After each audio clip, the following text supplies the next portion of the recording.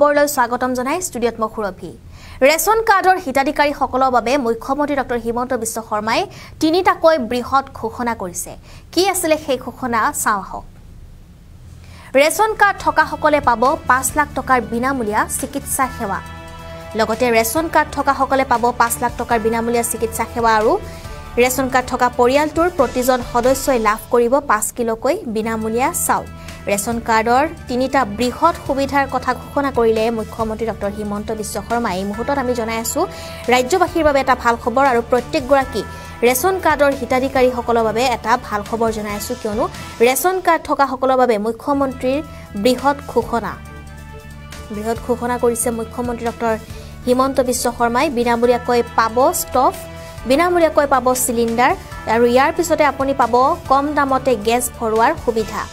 600 টকাতে পাব সিলিন্ডাৰ আৰু বাকি ৰাজ সাহায্য জমা হ'ব আপোনাৰ একাউণ্টত ৰেশন কাৰ্ড থকা সকলে পাব 5 লাখ টকাৰ বিনামূলীয়া চিকিৎসা সেৱা ৰেশন কাৰ্ড থকা সকলে ৰেশন কাৰ্ড দেখুৱালে লাভ কৰিব চিকিৎসা সেৱা ৰেশন কাৰ্ড থকা পৰিয়ালটোৰ প্ৰতিজন সদস্যই লাভ কৰিব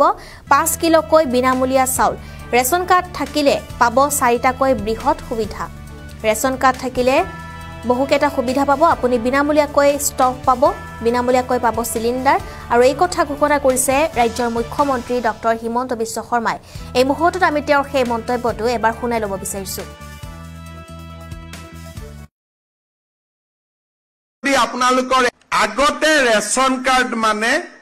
অকল সুলভ মূল্যৰ দোকানত চাউল পাইছিলে এতিয়া আমি নিয়ম কৰিছো যে যদি ৰেশন কাৰ্ড থাকে তেতিয়া হলে মেডিকেল কলেজ নাৰ্সিং হোম জিলা হস্পিটাল আদিত আপোনালোকে যদি চিকিৎসাৰ কাৰণে যায়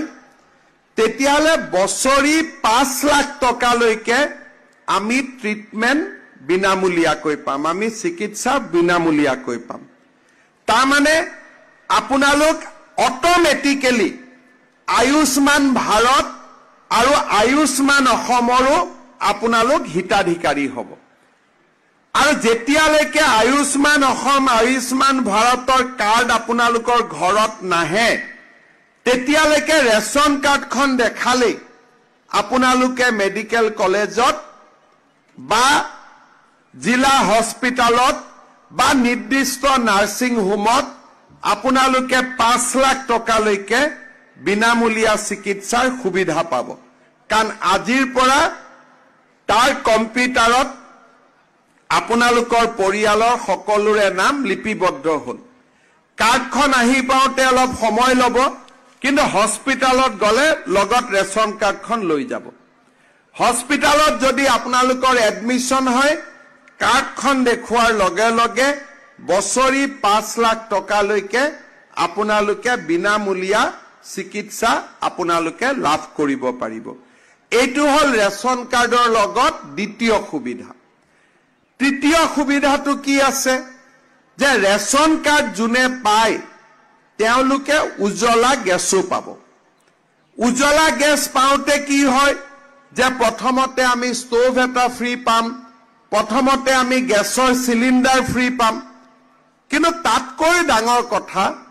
যে আজি বজাৰত এটা গেছৰ সিলিন্ডাৰৰ দাম 900 টকা কিন্তু উজ্জ্বলাৰ যদি হিতাধিকাৰী হয় তেতিয়ালে আপোনালোকে সিলিন্ডাৰটো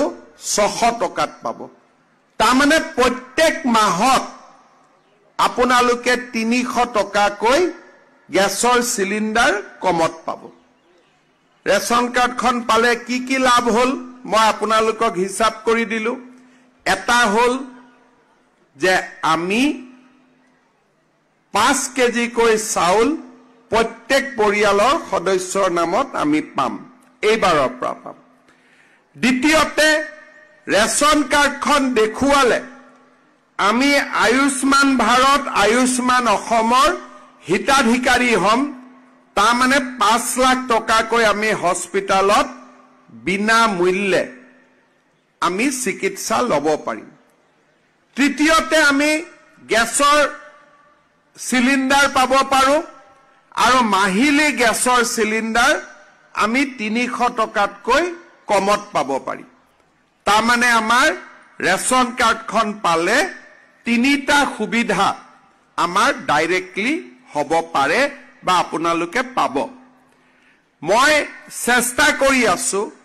যে 4 আৰু 5 নম্বৰ সুবিধাও দিব পাৰি নেকি 4 নম্বৰ সুবিধা কি যে আমি যদি ৰেশন কাৰ্ডৰ বেনিফিচিয়াৰী বিলাকক প্ৰধানমন্ত্ৰী দুৰ্ঘটনা আৰু মৃত্যু বীমা যোজনাৰ লগত আমি যদি জড়িত কৰিব পাৰো তেতিয়া হলে কি হ'ব যোৱাকালি মই দেৰগাঁৱত গৈছিলো বাস এক্সিডেন্টত 11 জন মানুহৰ একেদিনাই মৃত্যু হৈছিল 3 জানুৱাৰী তাৰিখে সকলো অসমবাসীয়ে গম পালে কিন্তু এজন দুজনকৈ যাৰ এক্সিডেন্ট হয় মানুহে গম নাপায় পৰিয়ালটোৱে মৃত্যুৰ পিছত ব্যক্তিজন মৃত্যুৰ পিছত একো সুবিধা নাপায় চিকিৎসাৰ কাৰণেও সুবিধা নাপায় আৰু কেতিয়াবা বেমাৰ আজাৰত পৰিয়ালৰ মুৰব্বী গৰাকীৰ মৃত্যু হলেও পৰিয়ালটোৱে একো সুবিধা নাপায় সেই কাৰণে আমি চেষ্টা কৰিছো যে ৰেশন কাৰ্ড থকা পৰিয়ালটোৰ ইনকাম কৰা জীৱিকা থকা ব্যক্তিজনক আমি বিনামূলীয়াকৈ দুৰ্ঘটনা আৰু মৃত্যুৰ বীমা কৰাই দিয়া যাতে বিপদৰ সময়ত আপোনালোক সদায় সুৰক্ষিত হৈ থাকিব পাৰে এইটো হল আমি ৰেশন কাৰ্ডৰ চতুৰ্থ সুবিধা দিব খুজিছো অলপ সময় লাগিব কিন্তু আমি লাহে লাহে এইটো কৰিম পঞ্চমতে আমাৰ অসমত এতিয়া আমি অৰুণোদয় 30 লাখ পৰিয়ালক দিও ৰেশন কাৰ্ড কিমান পৰিয়ালৰ আছে 52 লাখ পৰিয়ালৰ আমি যদি ৰেশন কাৰ্ড থকা অৰুণোদয় নিৰ্বাচন নকৰি সিলেকশন নকৰি ডাইৰেক্টলি যদি ৰেশন কাৰ্ড থকা প্ৰতিটো পৰিয়ালকে এটাকৈ অৰুণোদয় দি দিব পাৰো তেতিয়ালে মানুহৰ সমস্যা একে কুবে সমাধান হৈ যাব হবনে নাই হব কিন্তু তাৰ কাৰণে বহুত টকা পইচাও লাগিব এতিয়া আমাৰ 30 লাখ অৰুণোদয় আছে মই আৰু 22 লাখ অৰুণোদয় হিতাধিকাৰী যোগ কৰিব লাগিব বছৰত 3-4 লাখ কৰি আমি গৈ থাকিম যাতে আমাৰ বিধানসভা নিৰ্বাচনলৈকে মোটামুটি বুলি কিয় কৈছো কিছুমান জায়গাত বহুত কাৰ্ড আছে তথাপিতো নাজিৰা শিৱসাগৰ এই সমষ্টি বিলাকত যাতে ৰেশন কাৰ্ড থকা প্ৰত্যেকটো পৰিয়ালে অৰুণোদয় পাব পাৰে তেনেকুৱা পৰ্যায়লৈকে মই অসমখনক লৈ যাব খুজিছো